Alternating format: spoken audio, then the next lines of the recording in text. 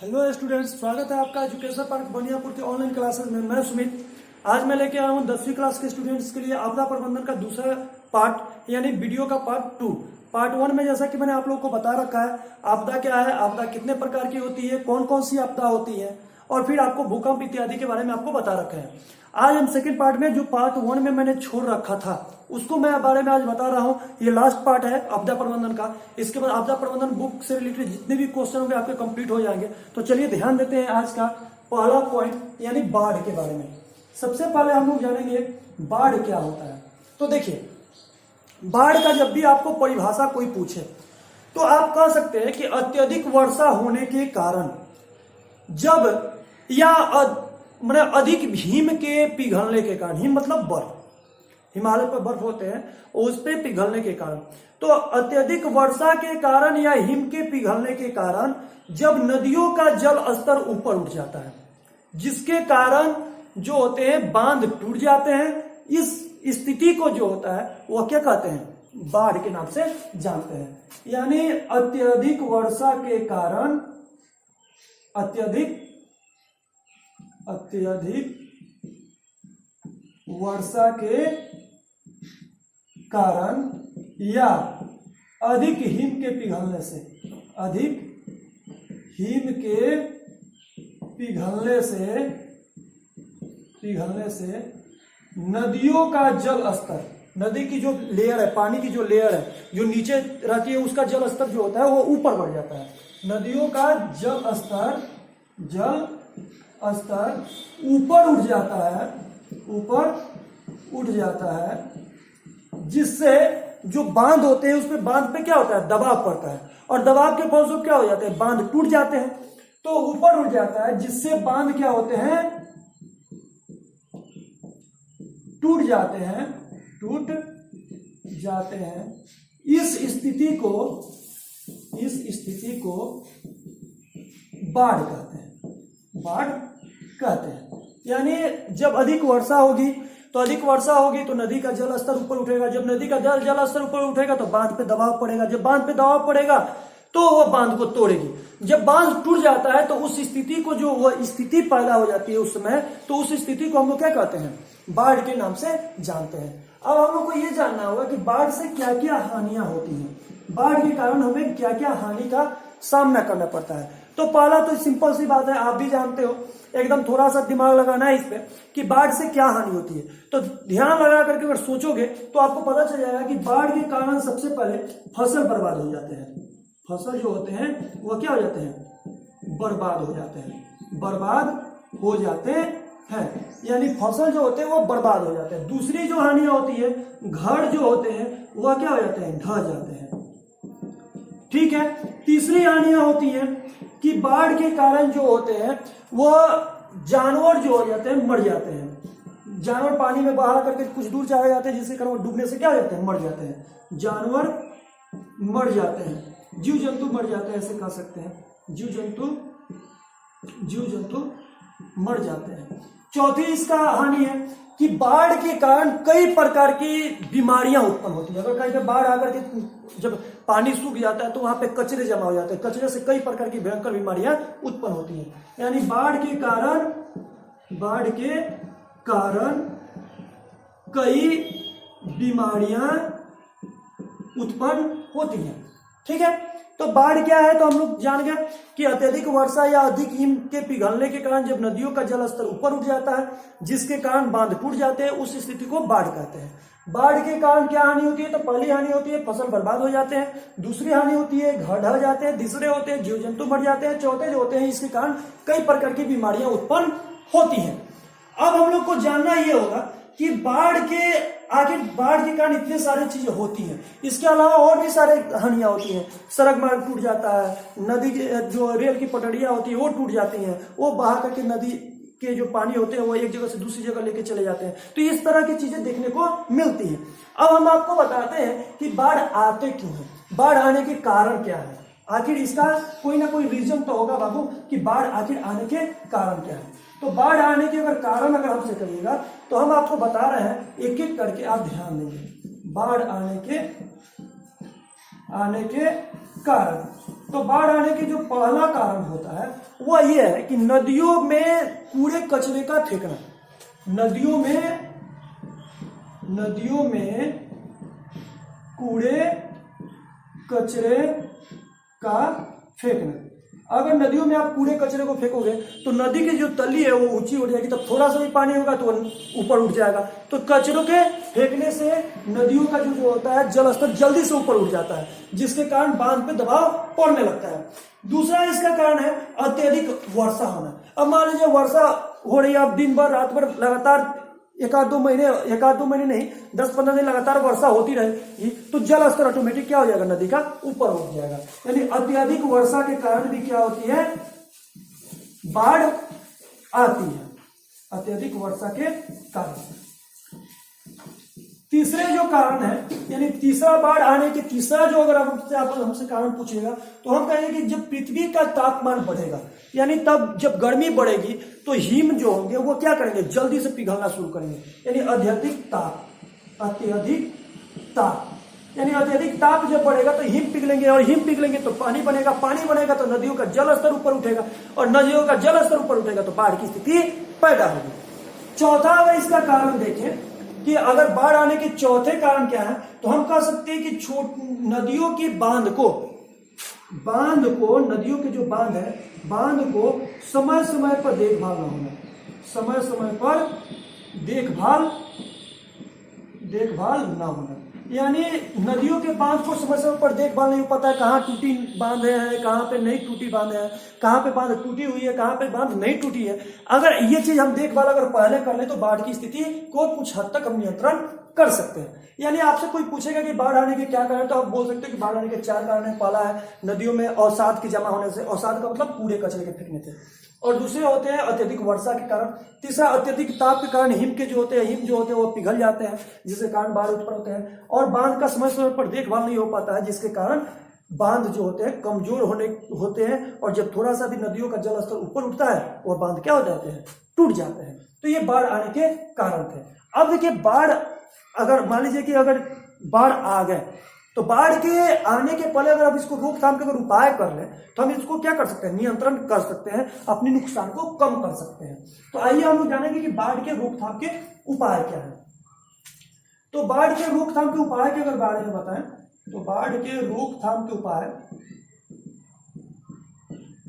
तो पहले हमसे कहिएगा तो हम यही कहेंगे कि बड़ी नदियों को छोटी नदियों से जोड़ना चाहिए। बड़ी नदियों को छोटी नदियों से जोड़ना चाहिए। ठीक है।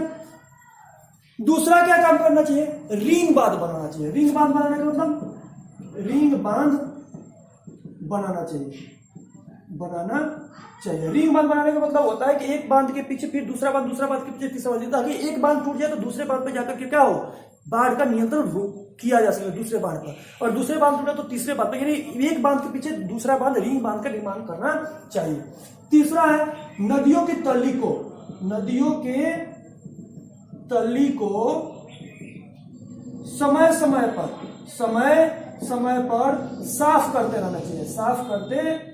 रहना चाहिए। चौथी है कि नदियों के जो बांध है, बांध के ऊपर क्या लगाना चाहिए, पेड़ लगाना चाहिए। बांध पर क्या होना चाहिए, बांध पर पेड़ लगाना चाहिए। पेड़ क्यों लगाना चाहिए बाबू, तो इसलिए पेड़ लगाना चाहिए क्योंकि बांध पर जब पेड़ लगेंगे तो वो बांध क्या होगा, मजबूत होगा। मिट्टी जो होगी वह उसके पेड़ के जड़ों से क्या होगी, जकड़ी रहेगी, जिससे वह जल्दी से टूटेगी नहीं। तो ये बाढ़ के रोकथाम के कुछ उपाय थे बाबू। अब हम आपको बता रहे हैं कि हम जो राज्य में रहते हैं यानी बिहार में बाढ़ की स्थिति क्या है। बिहार में अगर बाढ़ की स्थिति के बारे में आप पूछोगे तो बिहार में बाढ़ की स्थिति बहुत ही भयंकर प्रकोप देखने को मिलती है। बिहार राज्य के उत्तरी भाग में, यानी बिहार राज्य के उत्तरी जो भाग है उस भाग में प्रत्येक वर्ष वर्षा होती है, और इन भागों में प्रवाहित होने वाली नदियां जैसे कोसी है, गंडक है, बूढ़ी गंडक है, इन नदियों में जो की हिमालय से निकलती है, इन पे सालों भर जो होता है जल की निरंतरता बनी रहती है, सालों भर इसमें पानी रहता है। और अचानक वर्षा होने पर इन नदियों का जल स्तर, क्योंकि इसमें सालों भर वर्षा होते हैं तो थोड़ा सा भी पानी होता है तो इसका जल स्तर ऊपर उठने लगता है। तो जब अधिक वर्षा होगी तो इसका जल स्तर क्या होने लगेगा, ऊपर उठने लगेगा। और अत्यधिक वर्षा के कारण जब इसका जल स्तर ऊपर उठने लगता है, जिसके कारण तटबंध पर दबाव शुरू हो जाता है और बाढ़ की स्थिति उत्पन्न हो जाती है। बिहार का शोक, यही कारण है कि बिहार का शोक जो है कोसी नदी को कहा जाता है। अगर बिहार में बाढ़ की स्थिति हो जाए तो बिहार में बाढ़ की स्थिति बहुत ही गंभीर है। बिहार के जो उत्तरी भाग है वहां से बहने वाली जो नदियां हैं, गंडक, बूढ़ी गंडक, ये सब नदियों में सालों भर पानी रहता है और अत्यधिक वर्षा के कारण इनका जब पानी ऊपर, जल स्तर ऊपर उठ जाता है, जिसके कारण तटबंध पर जो होता है दबाव पड़ता है और दबाव के फलस्वरूप क्या होते हैं, वो बांध टूट जाते हैं, जिसके कारण बाढ़ की स्थिति पैदा हो जाती है। और बिहार में जो सबसे ज्यादा जो नुकसान पहुंचाती है वह कोसी नदी है। इसी कारण है कि कोसी नदी को बिहार का शोक कहा जाता है। अब हम लोग जानेंगे सुखाड़ क्या है। सुखाड़ क्या है? तो सुखाड़ का परिभाषा होता है बाबू, सुखाड़ क्या है? तो सुखाड़ का परिभाषा होता है कि जब भूमि की, यानी कम वर्षा के कारण जब भूमि का जल स्तर, कम वर्षा के कारण जब भूमि का जल स्तर नीचे चला जाता है, जब कम वर्षा होगी तो भूमि का जल स्तर, वाटर लेवल नीचे चला जाएगा। तो कम वर्षा के कारण जब भूमि का जल स्तर नीचे चला जाता है, जिसके कारण सुखाड़ की स्थिति पैदा हो जाती है। सुखाड़ के कारण क्या है? तो सुखाड़ के कारण है कि जो है कम वर्षा का होना, कम वर्षा होगी तो वाटर लेवल नीचे जाएगा। दूसरा है पेड़ों की अत्यधिक कटाई, अगर पेड़ को हम लोग काटते हैं तो वर्षा होने के चांसेस कम रहते हैं, तो वनों की कटाई दूसरी कारण है। तीसरी अगर कारण की अगर आप हमसे बात पूछिएगा तो तीसरा इसका कारण है जो है आपका छोटी नदियों को बड़ी नदियों से जो जोड़ना, जो सही तरीके से जोड़ना चाहिए वो जुड़ा हुआ नहीं है। कहीं पे पूरा पानी है और कहीं पे कुछ भी पानी, नदी केवल नाम की नदी है, वहां पे पानी नहीं है। तो ये छोटी नदी को बड़ी नदी व्यवस्थित ढंग से क्या करना चाहिए, जोड़ने, नहीं जोड़ने के कारण ये सुखाड़ की स्थिति ज्यादा देखने को मिलती है। यही कारण नहीं, इसके अलावा एक और कारण है सिंचाई में जल की बर्बादी। हम लोग को जहाँ पे 1 बाल्टी पानी की आवश्यकता होती है वहां 2 बाल्टी बर्बाद करते हैं, तो इस तरह से भी सुखाड़ की स्थिति पैदा होती है। अब सुखाड़ से बचने के उपाय क्या है, सुखाड़ से हम लोग कैसे बच सकते हैं? तो सुखाड़ से बचने के जो उपाय है वो मैं आपको बता दूं कि सुखाड़ से बचने के उपाय, तो सबसे पहले हम इसको आपको परिभाषित करके लिख दूं कि ये सुखाड़ क्या होता है। हमने आपको बता दिया कि कम वर्षा के कारण, कम वर्षा के कारण जब पृथ्वी का जल स्तर नीचे चला जाता है, तो उस स्थिति को सुखाड़ कहते हैं। सुखाड़ के कारण क्या है? तो पहला जो कारण है नदियों का व्यवस्थित नहीं होना, यानी किसी नदी में पूरा पानी है, किसी नदी में पानी नहीं है, तो नदियों का व्यवस्थित ना होना, नदियों का व्यवस्थित नहीं होना। दूसरा इसका कारण है कम वर्षा। तीसरा इसका कारण है पेड़ों की कटाई। चौथा है जल की बर्बादी। अगर जल बर्बाद करेंगे तो एक दिन तो जल की कमी हो ही नहीं जानी है। तो इस तरह से सुखाड़ के ये कारण है। अब सुखाड़ के रोकथाम के उपाय क्या है, यानी सुखाड़ को कैसे रोका जा सकता है? तो सुखाड़ के रोकथाम के जो उपाय है वो पहला उपाय है अधिक से अधिक पेड़ लगाना चाहिए, अधिक से अधिक पेड़ लगाना चाहिए। दूसरा है जल की बर्बादी नहीं करनी चाहिए। तीसरा जो है वर्षा जल का संचय करना चाहिए,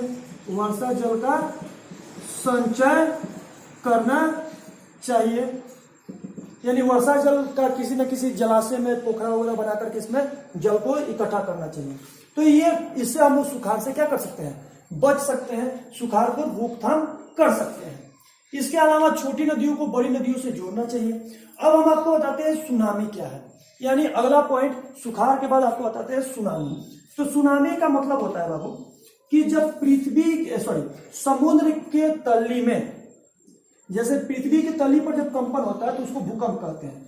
तो लेकिन सुनामी जो होता है समुद्र की तली में, सुनामी का अगर परिभाषा लिखेंगे तो समुद्र के तली में होने वाले कंपन को सुनामी कहते हैं।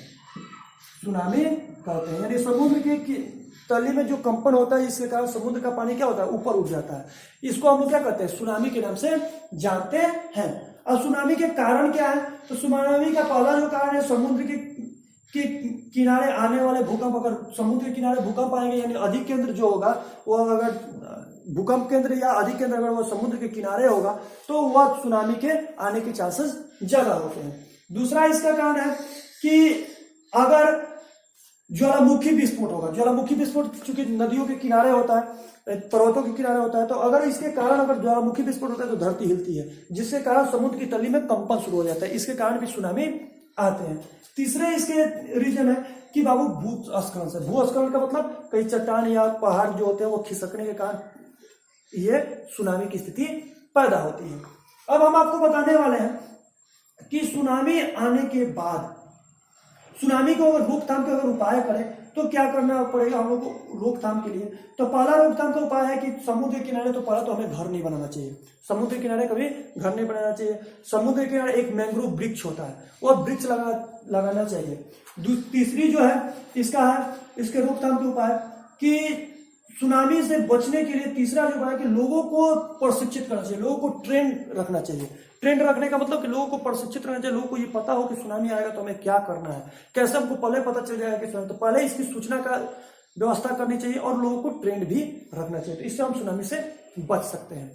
अब हम आपको बताते हैं कि भूकंप और सुनामी में, भूकंप के कारण सुनामी कैसे पैदा होती है। तो भूकंप के कारण सुनामी क्यों पैदा होती है, एग्जाम में क्वेश्चन आता है भूकंप के कारण सुनामी क्यों कैसे पैदा होती है। तो निम्नलिखित इसके बहुत सारे कारण हैं जिसमें एक एक करके मैं बता रहा हूं। पहला कारण है कि समुद्र के नीचे जब भूकंप आता है तो उसके जो क्षेत्र का जल जो होता है वो सम अवस्था से विस्थापित हो जाता है। मान लीजिए कि ये समुद्र हो गया, सपोज है, इसके तली में जब ये कंपन होगा तो इसका जल जो होगा वो अपनी अवस्था से क्या होगा, विस्थापित होने लगेगा, जिसके कारण इसका जल स्तर क्या होगा, ऊपर उठ जाएगा और ऊपर उठ करके एक मतलब लहर के रूप में चलने लगेगा। इस अवस्था से सुनामी उत्पन्न हो जाती है। दूसरा इसका कारण है कि समुद्र तली में विस्फोट के कारण पानी ऊपर की तरफ धकेलता है, जिससे लहरें उत्पन्न होती है। तीसरा इसका कारण है कि ज्वालामुखी विस्फोट के कारण जब भूकंप उत्पन्न होता है तो उसके कारण भी सुनामी आती है। अब आपसे क्वेश्चन आता है कि भूकंप और सुनामी में क्या अंतर है। तो भूकंप और सुनामी में एकदम सिंपल से आप आंसर लिख सकते हो कि पृथ्वी के तली में होने वाले कंपन को भूकंप कहते हैं, जबकि समुद्र की तली में होने वाले कंपन को सुनामी के नाम से जानते हैं। अब हम लोग को यह जानना होगा कि भूकंप और सुनामी में अंतर तो हम लोग जानेंगे कि अगर हम दूसरी स्थिति की बात करें, एक आग लगना, देखते हैं कि कहीं कहीं पे हम लोग के घरों में या हम लोग के गाँव में या हम लोग के राज्यों में जब आग लगते हैं, तो आग अगर मान लीजिए कि कल को हमारे यहाँ कहीं आग लग गया तो हमें क्या करना चाहिए, आग लगने की स्थिति में क्या करना चाहिए। तो सबसे पहले आग लगने की स्थिति में जो काम करना चाहिए वो सर्वप्रथम वहां पे जो आग में फंसे हुए व्यक्ति, मनुष्य, जीव जंतु, मवेशी जो भी हैं, उनको सबसे पहले बाहर निकालने का प्रयास करना चाहिए। ये नहीं कि आप आग लगा हुआ है उसमें आप दूसरे चीज को आप आदमी फंसा है तो फंसने छोड़ दिए, ऐसा कभी काम नहीं करना चाहिए। उसमें जो लोग फंसे उनको सबसे पहले बाहर निकालना चाहिए। दूसरी जो चीजें हैं उसमें यह है कि आग से प्रभावित लोगों को तत्काल उपचार करना चाहिए। जो आग से प्रभावित है, इसका हाथ जल गया, पैर जल गया, उसको तत्काल उपचार के यानी फर्स्ट एड की व्यवस्था करनी चाहिए, उसको तुरंत उपचार के लिए भेजना चाहिए। तीसरी जो इसके व्यवस्था है वो ये है कि आग पर नियंत्रण स्थापित करने की व्यवस्था करनी चाहिए, यानी कोई आपका ट्यूबवेल या नल वगैरह हो उससे पानी की व्यवस्था करनी चाहिए जिससे उस पर आग पर नियंत्रण पाया जा सके। चौथी इसका है कि आग में फंसे हुए लोगों को, जैसे मान लीजिए कि 2 तला 3 मंजिला या 4 मंजिला आपका बिल्डिंग है और उस पर ऊपर लोग फंसे हुए हैं, तो ये नहीं कि उसको ऊपर से ही कूदा दीजिए, तो आग से जल के मरे या ना मरे वो ऐसे कूद के जरूर मर जाएगा। तो उसको लिए क्या करना चाहिए, उसको सीढ़ी से नीचे उतारना चाहिए।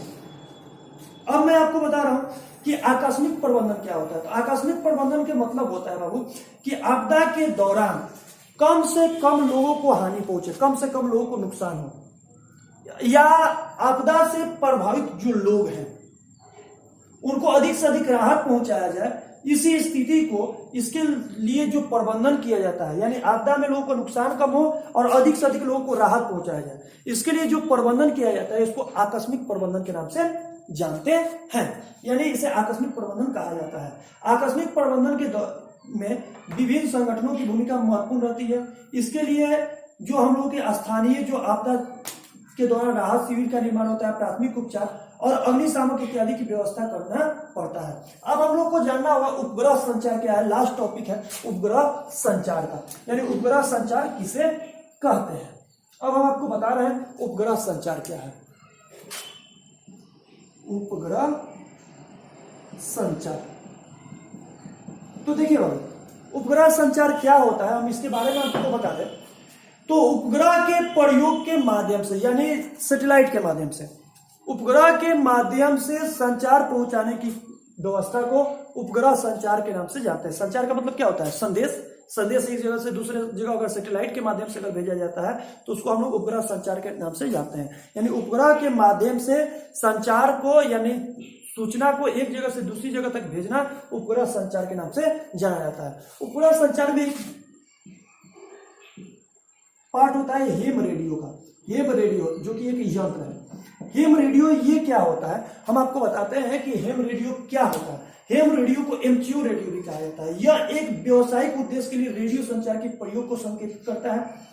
इसमें जो है प्राकृतिक आपदा के दौरान, यानी जब आपदा रहेगी तब उसके बावजूद, मैंने आपदा रहती है तो देखते होंगे कि जब भूकंप आता है तो हम लोग का जो मोबाइल फोन हो या टेलीफोन हो, ये काम करना बंद कर देता है। लेकिन हेम रेडियो के माध्यम से हम प्राकृतिक आपदा के दौरान भी हम सूचना एक जगह से दूसरी जगह तक क्या कर सकते हैं, आसानी से पहुंचा सकते हैं। दूसरा, इसमें जो बिजली की जो होती है आवश्यकता कम होती है। ये बैटरी और जनरेटर से आसानी से चलाया जा सकता है। यह भारत में बेतार योजना को नियंत्रित करता है। यह सभी प्रकार की विशेषताओं के लिए क्या है, विश्वसनीय है। यानी ये ऐसा यंत्र है जिसमें आप आपदा के दौरान भी अपनी सूचना को एक जगह से दूसरी जगह तक भेज सकते हैं। यहीं पे आपका ये जो बुक है आपदा प्रबंधन का खत्म हुआ। अब मैं इससे आपसे रिलेटेड जो आपका नोट्स है मैं आपको व्हाट्सएप पे डाल दूंगा। अगर आप किसी भी स्टूडेंट्स को अगर आपदा प्रबंधन का नोट्स चाहिए तो नीचे मेरे डिस्क्रिप्शन में मेरा व्हाट्सएप नंबर लिखा हुआ है। आप उस पर अपना नाम, वर्ग और अपना पता के साथ लिख करके मुझे व्हाट्सएप कीजिए। मैं उस पर आपका इसका PDF आपको भेज दूंगा, जिससे आपका एग्जाम का प्रिपरेशन आसानी से हो जाएगा। और भी आपको एक और सूचना देते हैं, अगर आप मेरे इस क्लास को ज्वाइन करना चाहते हैं तो नीचे मेरा व्हाट्सएप नंबर है, उस पर आप अपना क्लास ज्वाइनिंग के संबंध में आप बता करके अपना नाम, क्लास और पते के साथ हमें लिख करके भेजिए। मैं आपको निःशुल्क क्लास देने की व्यवस्था करूंगा। जय हिंद।